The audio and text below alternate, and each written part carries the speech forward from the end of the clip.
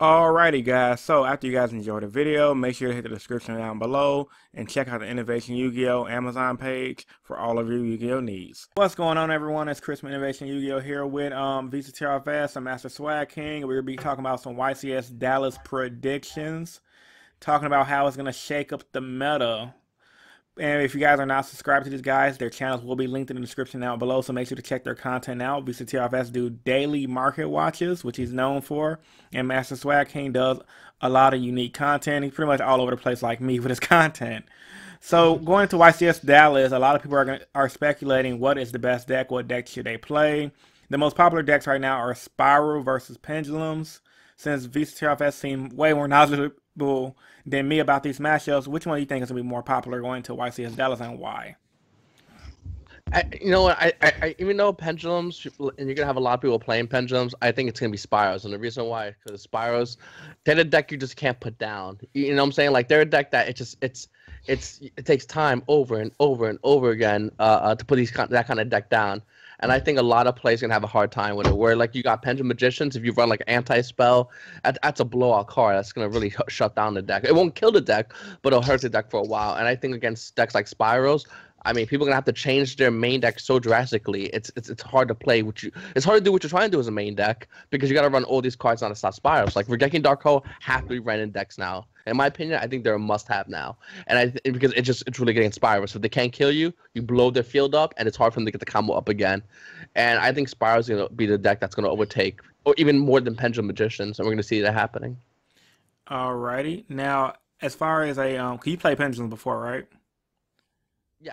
So as far as a ex-Pendulum Magician player, what do you feel like the weaknesses of the deck? Because me personally, every time I play against a deck, people always have like the perfect hand and spit out a bunch of pendulums and pass.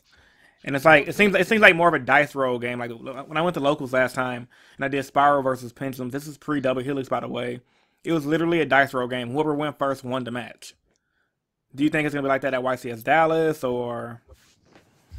No, not at all. Because I think that I think even though Pendulums got a lot of great plays, and even though Pendulums have a card that says search any pendulum dot card, you know, like that's insane, and it works. You know, it just search anything that's generic to the this game mechanic that is pendulums. Search any one of those cards and add to your hand. It works really good. I think the thing that's what's gonna be a little bit different is that pendulums they're gonna go and they're gonna create that. They're gonna create a nice board. And they're gonna have their trap card, get rid of one of Spiral's things, but after that, they basically, unless they have hand traps, they're saying yes to a lot of things Spirals do. A lot of things Spirals is doing, they have to go yep, yep, yep, because after their trap resolved, there's not many things they can do besides hand traps. So, allowing Spirals just Spirals go, can you stop this? Or you stop this? Okay, but can you stop this? Do you have hand traps? No? You die. I think Pendulum's gonna have to run some weird stuff, and I mean, I'm not saying Pendulum's gonna be out and about. I think we might see them at top tables, but not as prevalent. I think Pendulum's gonna have to run like Drone Lockbird or Ghost Reaper. I think that's gonna those players running those cards in the main deck are gonna have the highest chance to make those top tables, in my opinion, because they're gonna have the chance to go boom. No, you can't do your play. And if you get Pendulums one turn in which you can't do nothing, they will murder your face. But Spirals is the same thing. If you give Spirals that one turn, they will murder your face. And you have to draw your hand chopping pendulums. And in Spirals is you just draw your hand, because the majority of hands Spirals are going to be drawing are going to be the hand that's going to go into crazy helix plays. So that's why I think Spirals have a better chance of outbeating pendulums, because they could draw the combos and plays better than pendulums can, as far as not besides the initial plays, but stopping your opponent. Well, that makes sense. What do you think, Master Swag King? Going to YCS Dallas, Spiral versus Pendulums, which is the better pick and why?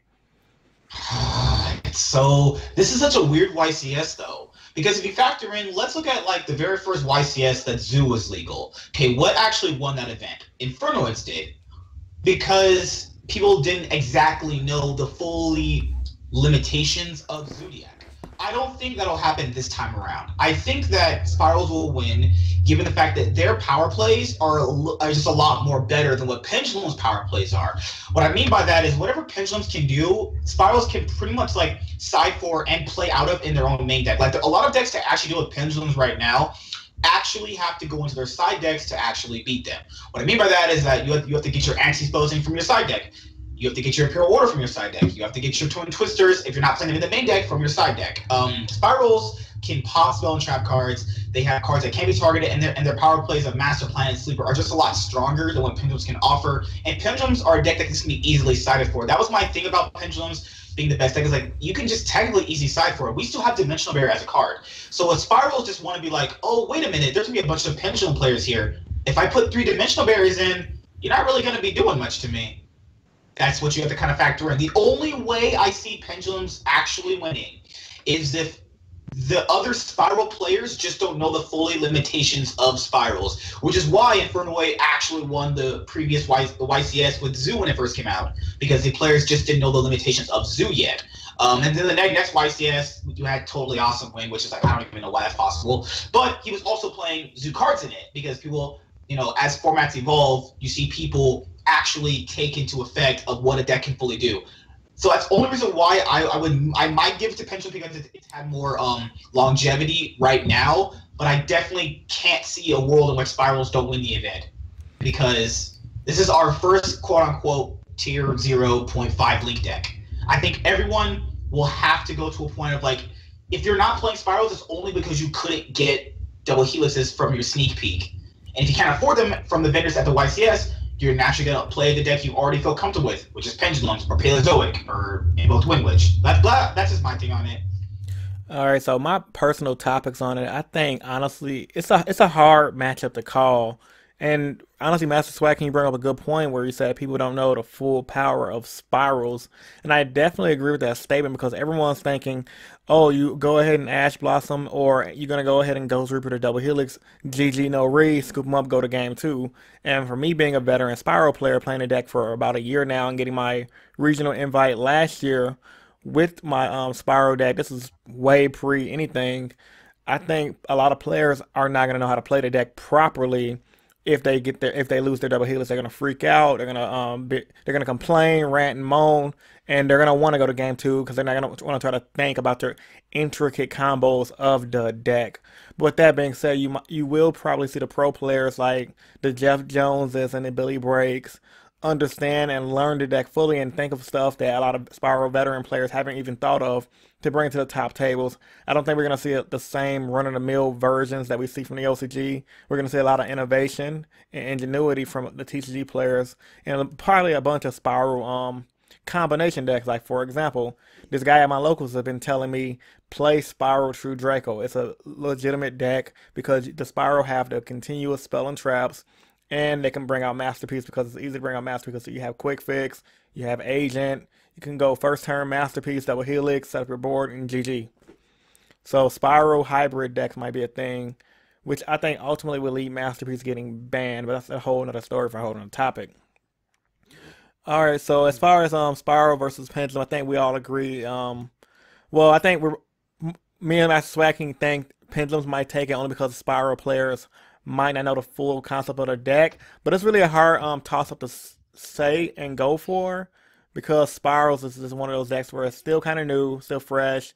People don't know how to play against it. A lot of people are not going to know how to play with it. But with that being said, if you have a good player, then just like VCTRFS said, the deck can probably take a 9-0 victory, or 80% of the meta, or 90% of the meta, like it's currently doing in the OCG. All right, another topic I want to talk about when it comes down to YCS Dallas and predictions is random techs and decks at every event, usually the first major YCS of the season. We usually get a lot of random tech choices and a lot of random decks that usually make the top 32 playoff.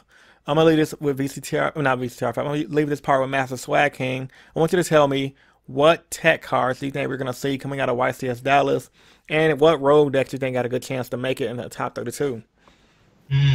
Rogue deck, I think I'm gonna take a leap of faith here. I think Paleozoic still have a very decent chance. You know, Paleozoic has always been that deck, the first part of the format, kind of like it's basically to me like a new Mermail deck. You know, it's always gonna be their first part of the format, then it just gonna fade out. Same thing with ABC. Now tech cards, I feel like most of the tech cards people have been mentioning in a lot of their videos, even though they're great tech cards, they're not like tech cards that are good enough that solve the full problem, like Droll and Lockbird and Ash Blossom or Ghost Ogre or Ghost Reaper. They're just cards to kind of just stun your opponent just for a little bit before it's really, so if they draw their combo card next turn, they can't kill you. I feel like most of the combo cards we've been talking about for the side deck choices will kind of get phased out past this week. Like, I feel like the best side cards are the high expensive ones now, which are Ghost Reaper, Ghost Ogre's pretty cheap right now, and you have Ash Blossom, which is like what $70 card. Joel Lockbird's like $15. So I think the best cards moving forward for the side deck cards will be just those. I just think that the other cards just don't offer enough to really put the deck down, because you have to actually use your side deck card. Then you have to factor in, if I'm playing a side deck trap card, I have to set it. So now I'm taking a whole turn to use it. Then now if you're playing a side deck spell card like Deck Lockdown, well, what if the sleeper just pops it? And you're like, that's what I think about it. So I might be wrong, but I think if your card doesn't utilize a multitude of multiple purposes, then it's gonna just kind of just not be good enough. Most people would be like, well, instead of playing this card, I can just buy an Ash Blossom. What do you think, VCTRFS? How do you think, what random text index you're going to see at the event? What have you noticed from like the market scene and what is getting bought out that can be used for this event? One of the things I just recently saw the other day was Marmels. Marmels is a deck that always catches people looking. It always does. Every time there's a new meta change, every time there's a new meta shift, Marmels come out of left field, and it's the kind of deck that goes, hey, I could dark hold you, and you better have some backdoor, you better have some hand traps, because I'm killing you this turn. You're dying this turn. And Marmels is very good at that. And I think decks like, once again, Spirals is susceptible to blow out cards. You can see decks like even like Kaiju Marmels, where it's just like Dark Cobra, Geki, Interrupted Kaiju Slumber, and then the Marmels don't need a lot in their hand to just finish you off on your board. And once they blow your board out, they literally look at you and go, you better have some strikes, brother, because if not, I'm taking you out. And looking at Marmels, we're seeing a lot of, besides Abyss Megalo, which just got bought out, a while ago, but it's starting to go slowly down in price. The rest of the Marmel decks is very inexpensive. And if somebody wants to sit there and goes, you know what, man, I don't want to play Spirals, and I'm not really comfortable with Pendulum Editions. But if you got a player that's been playing, hasn't played any of those decks, but wants to play a deck they know how to play and can still compete, it's gonna be Marmels. Every time the meta changes, every time we get new regionals, you always see Marmel players just start going to regionals to start playing. And it's not uncommon to see Marmel players take regional invites when we're in a meta that Marmels don't even get no support in. It's happened in the past, and I think it can happen again. Oh, that's a good point. Blue Eyes too. We just had Blue Eyes top 2, and no one was seeing that as Blue Eyes is so legit this meta too, because it can search out a Veiler, which definitely is good against the Spyral matchup. And they have Spear Dragon. Spear Dragon is a really good card. People actually don't remember how strong this card was. Like it can legit block special summoning for a certain amount of time. Like it's one of those actually powerful, non-generic arts. It's generic, right? I forgot. I'm sorry. It's just a really good. I'll have a pop up on the screen. That's fine for everyone. Sorry, man. It's all good. I mean, me personally, for the random decks and text, I guess for YCS Dallas, I definitely think we're gonna see an increase and maybe a potential buyout after the event of Effect Veiler. Reason being, Effect Veiler did get played heavily in the OCG once they lost Zodiac and once Spirals became supreme over there, simply due to the fact that you can, if they don't have a resort up, you can Effect Veiler like a quick fix, a drone, a agent, a double helix, and then the Spiral players gonna pretty much be playing with their thumbs unless they have a double summon. And even then, you can Effect Veiler the double helix, or you can hit it with another hand trap. So I think Effect Veiler is gonna be definitely a good tech going into this event. And as far as decks that rogue, that's pretty good. I think Heroes, highly underestimated and not looked at in the meta. Reason being, Darklaw is a freaking beast. Banishing everything. If you go first, Darklaw, back row, what can your opponent do? GG no read. They have Onstant EOS. They have BLS at 2. It's working in the OCG, and everyone's just saying, oh, Stratos is the reason why they're doing good. I'm like, no, I've played the deck. Now, I know it's only locals, but I did do well in my locals like 3 weeks ago with Heroes, and I know how good it is. I even took it to my regionals. Unfortunately, it was still the tier 0 Zoo era, and I got crapped on due to the fact that I'm beating my opponent. I'm outplaying them. Oh, looky here, a top deck a Zoo card. I win. So I feel like in a meta where people can't top deck one card and immediately come back, Heroes are going to reign supreme and be a good rogue option. I mean, they always are good when the meta revolves around a deck that relies on the graveyard. And then with the influx of Effect Veiler, Ghost Ash, Ash Blossom, Ghost Reaper, I think it's an overall good choice. What do you guys think about Heroes? What about the people that say, what if your Darklaw gets Ghost Reapered? I mean, no one's side decking Dark Lotto. No one's thinking about heroes, which is why I think it's a good rogue pick for this event. I mean, I could be wrong. Maybe I'm playing against crap players, but I mean, and it is a possibility. But Here's the funny thing about heroes. In Japan, the spiral decks are actually playing one Dark Lord in the extra deck, and they're playing Ghost Reaper because they fear heroes that much. yeah, They fear heroes that much that they're going, you know what? We'll make our main deck, but it's one slot in our extra deck. That's going to Dark Lord because if we play Dark Lord and they go first turn, they're getting that game one. It's so hard to get over that card. They will literally give you that. They lose. Dark Lord. It's that good. I play both decks. If they make Dark Law and you can't out the Dark Law, you're gonna lose so much advantage. GG, no read, go to game 2. Ain't nothing you can do about it. And I'm gonna be mentioning this on my market watch, but Spiral Mist was $1 card. It's up to $4. Spiral Misty? No, Dark Mist. Dark Mist, okay. Shadow Mist. Shadow Mist, I'm sorry. Oh, you mean Elemental Hero Shadow Mist? Yeah. Okay. That's $4 right now. Oh, that yeah. card was $1 a week ago. Cards been $1 for a while. It's recently moved because hero players, they may not be babbling out loud, they might be yelling out loud, but they're waiting for the YCS taxes. They're waiting to go to the regionals and go, let Spirals be around. I'm gonna take, because they go Dark Lord. I'm playing Spirals, and I'll tell you right now, I see Dark Lord. There's a 90% chance I'm going. You know, man, I'll see you in G2 because I can't. Honestly, if I could get this regionals off, and if I for whatever reason couldn't get Spiral cards for whatever reason, I probably would have played Heroes this weekend. Only because I know the deck in and out. I'm really good with the deck, and like I know how to beat Spirals. Like it's an easy matchup, honestly speaking. What about even the Dark Law from the Duelist Saga went up too. That thing was nothing. I think it's like $5 now. People are like, I can't get ultis. I don't like supers. Ultra's the next best thing. We're gonna see a lot of kaijus happening. A lot of kaiju packages and main decks happening right now because of Sleeper. Because Sleeper is so insanely broken. Sleeper is oh yeah, the Sleeper go up in price. Well, I guess this will be a perfect time to talk about what I was going to talk about towards the end of the video, which is the market post the YCS Dallas. Now, obviously, YCS Dallas haven't happened yet because this video is being uploaded on the Wednesday of the prior to the event.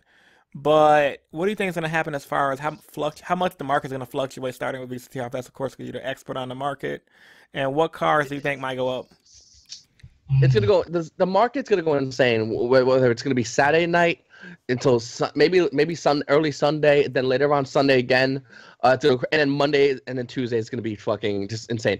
Now, as far as cards are gonna go up in value, it's gonna be everything good. That's gonna be good for Spirals and back. It's gonna be Spiral centric. That's gonna. I mean, I know we got a lot of players talking about, well, you know, maybe heroes, and yeah, I agree. And what about maybe my true deck Invoked? I agree. It's a great deck, and you should definitely play it. The thing is, the Spirals went from like out of nowhere to now the best deck. In Japan, it's the best deck. In America, it's gonna be the best deck, and we're gonna see a lot of cards go crazy in value. And one of them, in my opinion, the #1 card is gonna be Ghost Reaper because the deck mains it. You main it against the deck, and the deck mains it against you. It's gonna be. It might be, and it's tied in my opinion for the best hand trap right now because it's Ghost Reaper and Drill and Lockbird because those two cards are insane against pendulums and spirals, and those two decks are arguably the most predominantly decks we have right now. And I think those two cards. I mean, you know what? Ash Blossom is a great card, and I think it's still going to be a high valuable card. I think it's going to be a high playable card. But Drill and Lockbird and Ghost Reaper, that's going to get you a win. Ash Blossom, that's going to help you control the board. Those other two cards, that's just going to end the game. If you open with those two cards, you basically have, and you open a decent hand, you not even decent. I mean, Spirals. Most of the time you go up on a decent hand, but even against Spirals, if you draw Spirals, you open Spirals up. They give you a monster that you can get rid of now. They lose a card basically, and it really does hurt the deck a lot. So oh yeah, I think those other a lot of hand traps we're gonna see a lot of movement in. Because for Ghost Reaper, if you Ghost Reaper their double helix, that means this is something my friend Aurora Storm told me when he helped me with the Spiral video. If you Ghost Reaper them, they're basically playing regular Spirals, and you know, not any credit to regular Spirals though. It wasn't that means you're at a severe disadvantage than the other Spiral player because playing regular Spirals compared to helix Spirals is a massive difference. But it also depends. But it depends on the hand though, because regular Spirals, depending on your build, can still extra link you. They can still do a lot of damage, set up the field, and if they can set up their field first with a sleeper and have their Ghost Reaper, them going first gave them that much of an advantage over you. And as far as Ash Blossom is concerned, I think honestly, like I have a love-hate relationship with Ash Blossom. Reason simply due to the fact that it's not really good, the best card to use against the meta decks because they don't lose to one card. Ash Blossom is one of those oppressive cards. It's not really meant for the meta. It's meant for people who can't afford to play full versions of the meta, or people who just are playing the rogue decks that just get severely hurt by it. I think another thing that's gonna go really insane is another factor as far as the market is. The market is going to look into the cards that people aren't looking at. Meaning, it could either be, and I don't want to go out too crazy, but it could be Full Force Virus because you play Full Force Virus on that big booty spiral monster. I forgot the name, but if you're going first and you Full Force Virus a master player and you're playing in a mirror match, that's game. Yeah. The game is over. What is we can still play, but you ain't doing much, bro. Like, what is Full Force Virus sitting at right now? I've been testing it out. I think Lullaby Obedience is a really nice sleeper card. What does that do? People also played that against Zoo format when Zoo, because they would take your Rapier and now they have the Rapier over you. Lullaby Obedience. Let me look it up right now. It's a crazy card where you pay 2,000, your opponent gets to choose where it goes to you. You can either add it to your hand or summon it to your side of the field, ignoring summoning conditions. That means if you played that, you can take their sleeper and summon it to your side, ignoring its summoning conditions. It's $4 right now.